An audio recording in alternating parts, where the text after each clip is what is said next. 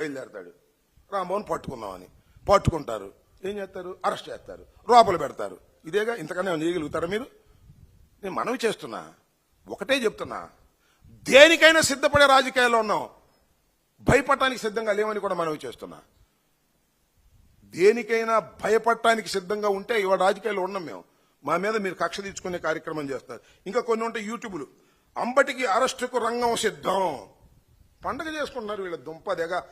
ఇప్పుడు అసలు కేసు పెట్టగానే ఇంత పండగ చేసుకుంటున్నారే, అరెస్ట్ చేస్తే ఎంత పండగ చేసుకుంటారో చేసుకోండి. నేను ఒకటి మనవి చేస్తున్నా, దేనికి భయపడి మేము రాజకీయాలు చేయదలుచుకోలేదు. స్ట్రైట్ ఫార్వర్డ్గా చేయదలుచుకున్నాం.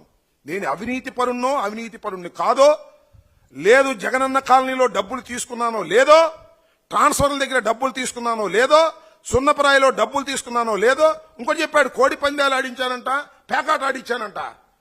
అసలు నా టైంలో కోడి పందెం లేదు, పేకాట లేదు నా కాన్స్టిట్యున్సీలో. బ్యాండ్. సచ్ ఏ పర్సనాలిటీ నాది. పండగ చేసుకుంటున్నారు, వార్తలు రాసుకుని. పండగ చేసుకోండి. అరే సిద్ధమయ్యా మేము దేనికైనాను, సిద్ధంగా ఉండే ఈ రాజకీయాల్లో ఉన్నాం. నేను ఒకటి మనవి చేస్తున్నా, దేన్నైనా ఎంజాయ్ చేస్తా. కేసు పెడతారా? I can enjoy. అరెస్ట్ చేస్తారా? I can enjoy. దేన్నైనా ఎంజాయ్ చేయడానికి సిద్ధంగా ఉన్నాను. మిస్టర్ లోకేష్, మిస్టర్ చంద్రబాబు ఈ ఉన్నారు, ఈ త్రయం, కిరణ్, ఈనాడు, TV5, బిఆర్ నాయుడు, ఆంధ్రజ్యోతి, వేమూరు రాధాకృష్ణ, ఈ 5గురు కలిసి చేస్తున్నారు మమ్మల్ని. చేసుకొని చూస్తాం. మీ 5గురు సంగతి రాబోయే కాలంలో ప్రజలు తేలుస్తారని కూడా ఈ సందర్భంగా చేస్తాం. బతికితే హీరోగా బతకాలని నిర్ణయించుకున్నాం తప్ప పిరికివాడుగా బతకాలని నిర్ణయించుకోలేదు. మీరు వేసే ప్రతి అడుగు నాకు తెలుసు. మీరు ఇరిగేషన్ లో కూడా ఎతుకుతున్నారు, ఎతుక్కోండి. ఎవరన్నా పట్టుకోండి, వాడి చేత స్టేట్మెంట్ ఇచ్చుకోండి, మరో కేసు పెట్టుకోండి. దేనికైనా సిద్ధంగా ఉన్నామయ్యా. తెగించున్నాం, ఏం చేస్తాం? మీకు తెగించడానికి సిద్ధంగా ఉన్నాం. లేకపోతే రాజకీయాలు చేయలేము, లేకపోతే రోజు ఎంటపడతారు మా మీద. చూస్తాం దాని సంగతి ఏంటో. న్యాయస్థానాలు ఉన్నాయి, న్యాయస్థానంలో తేల్చుకుంటాం, జైల్లో తేల్చుకుంటామని కూడా ఈ సందర్భంగా నేను చెప్పదలుచుకున్నాను. ఇలాంటి పిచ్చి వేషాలు వేసేటటువంటి లోకేష్ కి, చంద్రబాబు నాయుడు గారికి చెప్తున్నా, జాగ్రత్తగా ఉండండి. అనవసరంగా అన్యాయంగా కేసులు పెట్టి మీరు చాలా మంది లోపలేస్తున్నారు. నన్ను కూడా వేయాలనుకుంటున్నారు. వేసుకోండి, నేను చూస్తానని కూడా ఈ సందర్భంగా చెప్పదలుచుకున్నా. ఇంత నీకు అనగావాలా?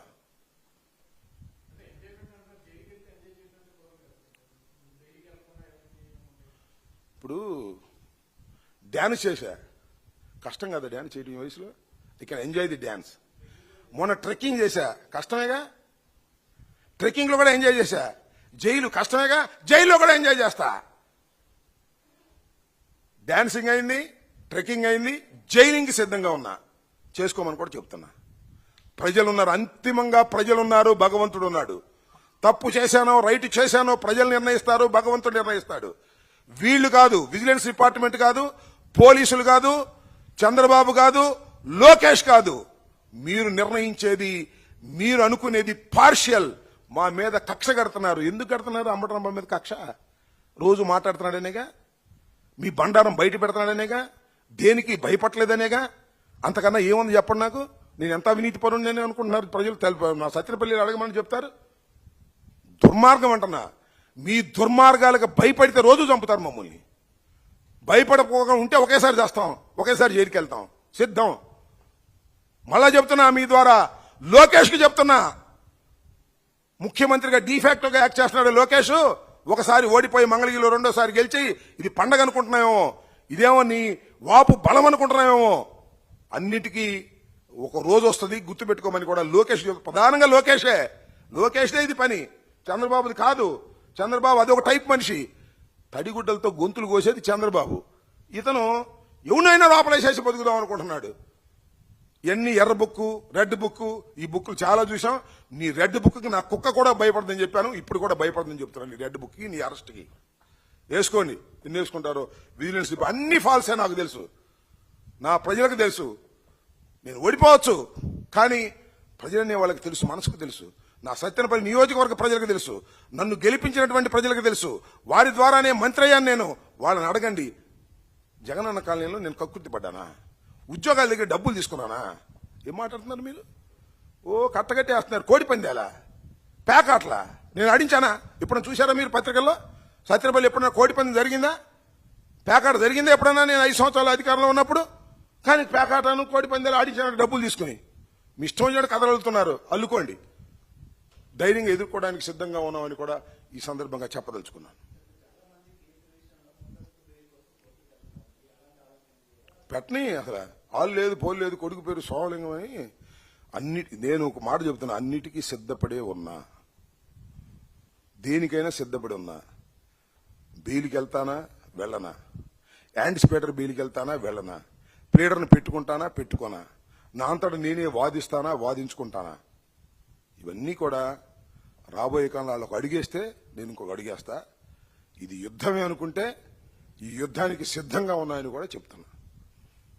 రాధాకృష్ణ సర్వ సైన్యాధ్యక్షుడు, ఈయనేమో ఎయిరు మన బిఆర్ నాయుడు నన్ను ఆంబోతు అంటున్నాడు కదా, ఒక పెద్ద ఆంబోతు, ఆయన ఒక సైన్యాధ్యక్షుడు.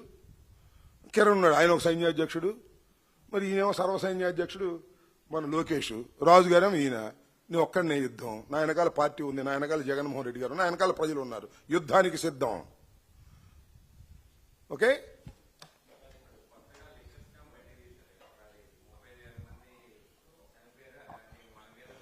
అసలు లిక్కరు లేదు, స్కాము లేదు, అంతా ఇది ఒక పెద్ద స్కాము.